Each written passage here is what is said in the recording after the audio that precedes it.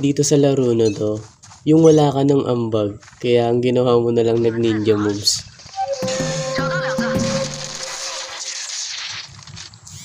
Nagtingin-tingin pa yan sa gilid niya kung may kalaban. Oh, dahan-dahan pa yan, oh.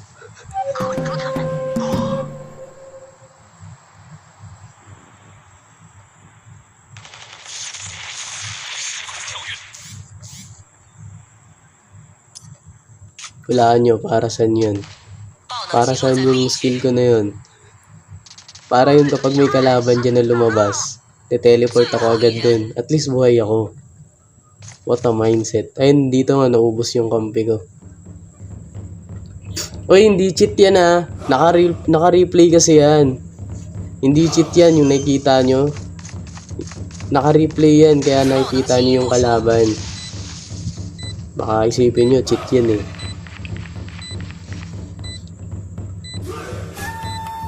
Di kasi ako makasabay sa kanila eh. Nakakainis. Ang hirap nung ano, ang hirap. Lalo di sanay. Sa cellphone naglalaro, di pa naman ako 4 finger.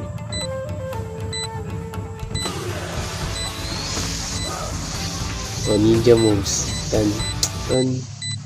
Nandito na ako. Roger, andito na ako sa bomba.